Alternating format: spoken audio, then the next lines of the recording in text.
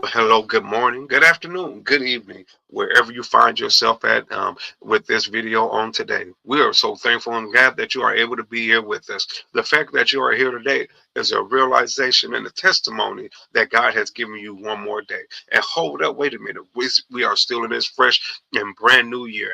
It seemed like 2025 just went through like that, but here we are. We're in 2026, and we're already on January the 2nd. And so here it is. We're going to make sure that we are doing all that we can to be all that we have been called to be. It is man's chief aim to glorify God, to bring him glory, to make God we put God on the pedestal to let God light shine through us. And so when we be able to do that, we ought to know some ways on how we ought to do that. The book of Proverbs helps us to be able to see and have God's wisdom imparted unto us to not only produce conduct, but to produce a Christian character. And when we do those things, we'll take what we believe in and it begins to connect with our behavior.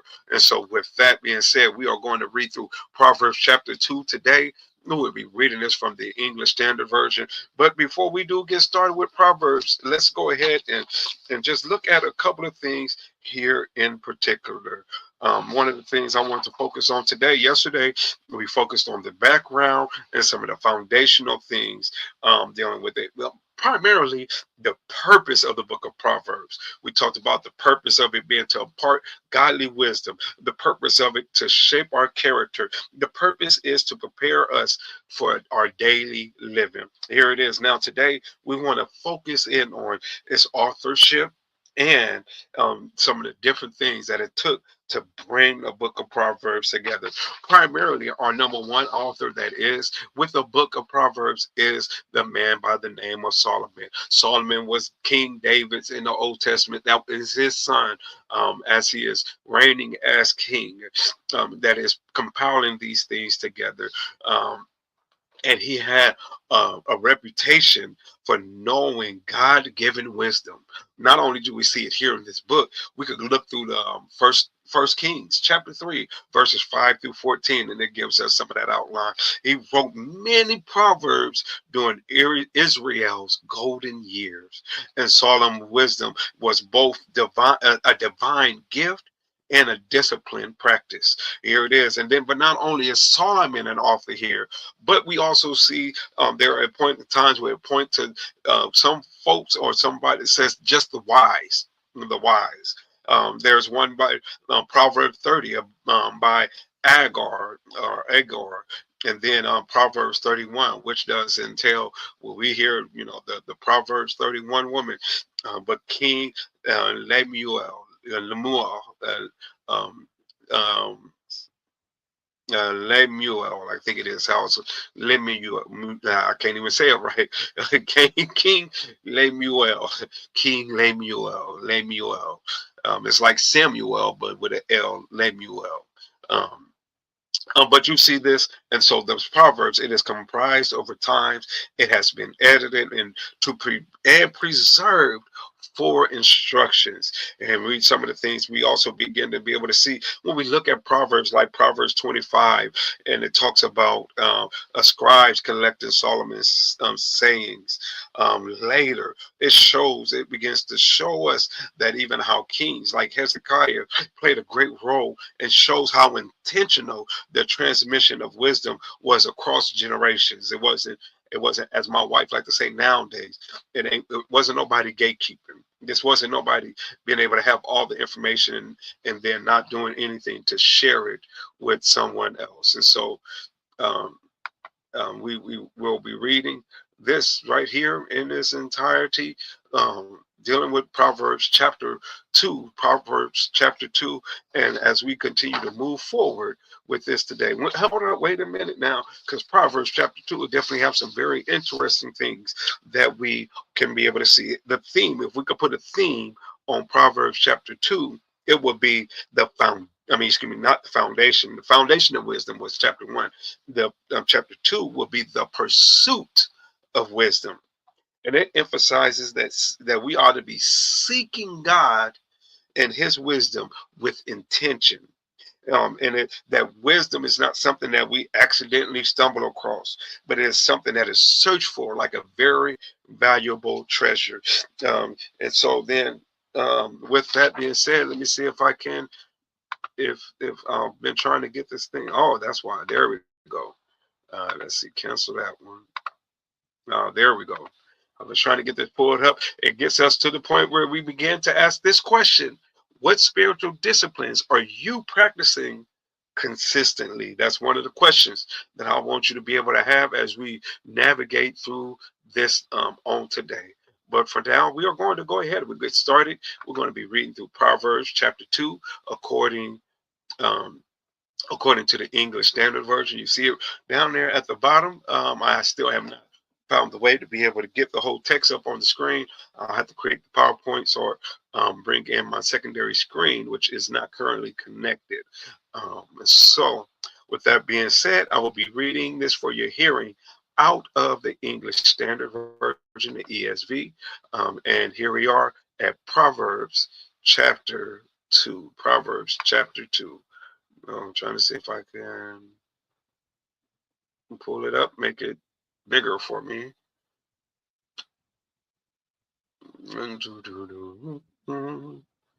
All right, Proverbs chapter 2. My son, if you receive my words and treasure up my commandments with you, making your ear attentive to wisdom and inclining your heart to understanding. Yes, if you call out for insight and raise your voice for understanding, if you seek it like silver and seek for it as for hidden treasures, then you will understand the fear of the Lord and and find the knowledge of God. Here it is, for the Lord gives wisdom. From his mouth comes knowledge and understanding.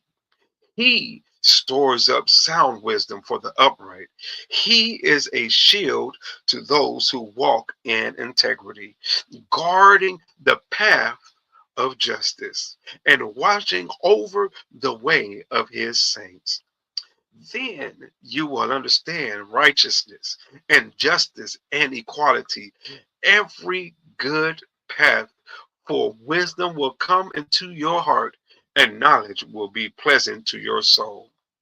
Discretion will watch over you, understanding will guard you, delivering you from the way of evil, from men of perverted speech who forsake the paths of uprightness, to walk in the ways of darkness, who rejoice in doing evil and delight in the perseverance of perverseness, excuse me, and delight in the perverseness of evil, men whose paths are crooked and who are devious in their ways. So you will be delivered from the forbidden woman, from of the adulteress with her smooth words, who forsakes the companion of her youth and forgets the covenant of her God. For her house sinks down to death, and her paths to the departed. None who go with her, none who go to her come back, nor do they regain the path of life.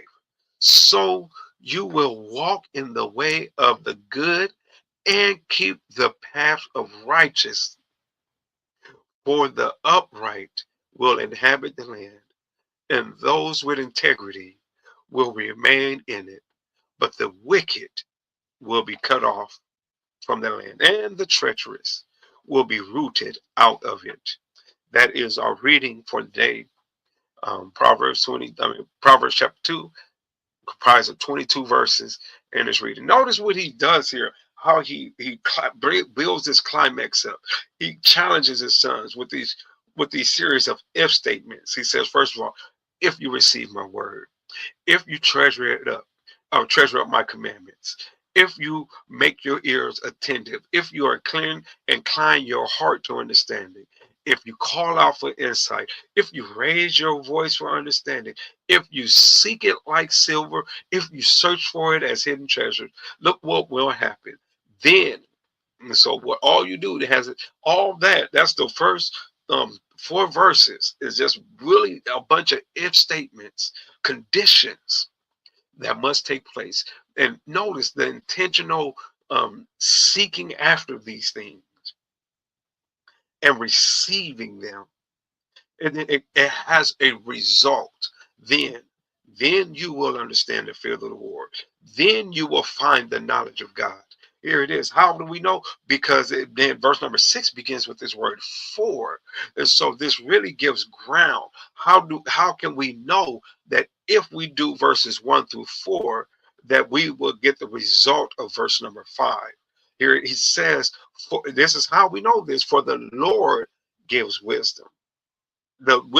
This wisdom comes from his mouth, and from his mouth comes knowledge and understanding.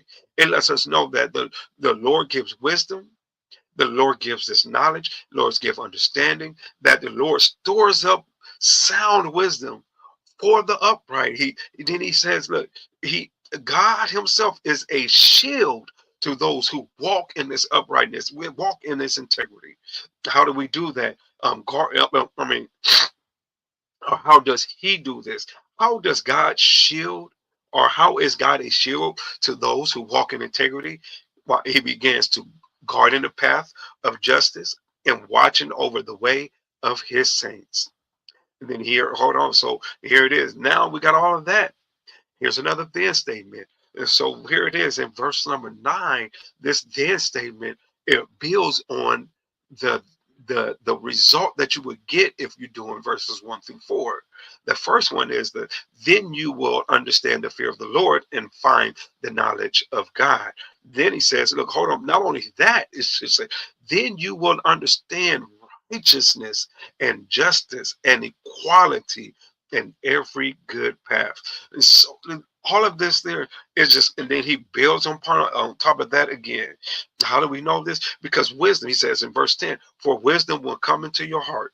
That's how we know you will have this understanding of righteousness and justice, because what wisdom is going to do is going to come into your heart, and then knowledge will be pleasant to your soul, and discretion will watch over you. Understanding will guard you, delivering you from the evil, from men of perverted speech who forsake. Hold on, what type of men? What is this about this perverted speech? He says in verse 13, these are the men who forsake the path of uprightness to walk in the ways of darkness. These are the men that rejoice in doing evil and delighting in the perverseness of evil. So then he even gives us in these verses what these men of perverted speech looks like. What wisdom, what wisdom is delivering you from. He shows how we can be able to look at it. One, they forsake the righteous, they forsake the righteous path. They walk in the ways of darkness. They rejoice in doing evil. They delight in the perverseness of evil. They are men who choose crooked paths. They are men who are devious in their ways. And then he also says, look, in verse 16, he says, look, now he moves to these couple of so statements. Again, a so statement in verse 16 and a so statement in verse 20. He says, so you will be delivered from the forbidden women. And it goes into this whole spiel with that. And in verse 20, he says, and so you will walk in the way of the good. And so when we see this right here, as he's talking about being delivered from the forbidden woman and being delivered from the evil way, he uses both of these analogies, these or these word pictures, or so to speak. I shouldn't say analogies. He uses these word pictures, these negative word pictures that begin in verse number 12 to highlight and to emphasize the verse number 11. First of all, that discretion will watch over you and understanding will guard you, but then also to highlight the positive aspect. And when we walk into verse 20, so you will walk in the way of the good and keep the path of the righteous. Here it is. You can see right here for another fourth statement. Here is, I don't know this, for the upright will inherit the land, and those with integrity will remain in it. And he says, look, but contrast to all that, don't get it twisted. Don't get confused, because the wicked will be cut off from the land, and the treacherous will be rooted out of it. And so here it is. He said, look, the wicked, they'll be cut off from the land, but they hold on, wait a minute. There are some that get into the land and they lose their integrity. And he says, the treacherous will be rooted out of it. That means somebody, I mean, that to me says that somebody in, at least in this mindset of Solomon, could have become and got been a benefit of living in the land. They have been rooted. They started a family, they kept their house, job, but they became treacherous. And when they became treacherous, there was some consequences.